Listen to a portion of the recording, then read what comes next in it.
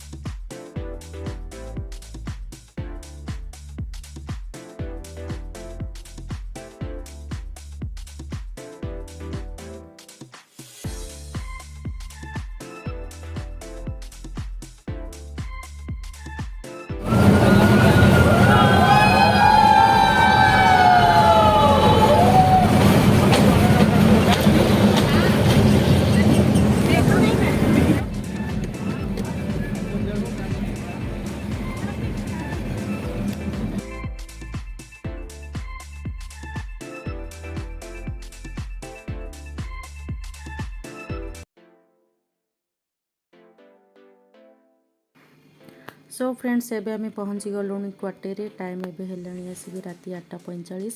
आज डिनर रे बनैथिली इडली टमाटो चटनी आउ नड़िया बादाम रो चटनी। वीडियो को ये एंड करी। आज वीडियो केमती लगे निहाती जनइबी। भल लगे मो चैनल को प्लीज प्लीज प्लीज सब्सक्राइब करेंगे, लाइक शेयर कमेंट करेंगे। रही जय जगन्नाथ।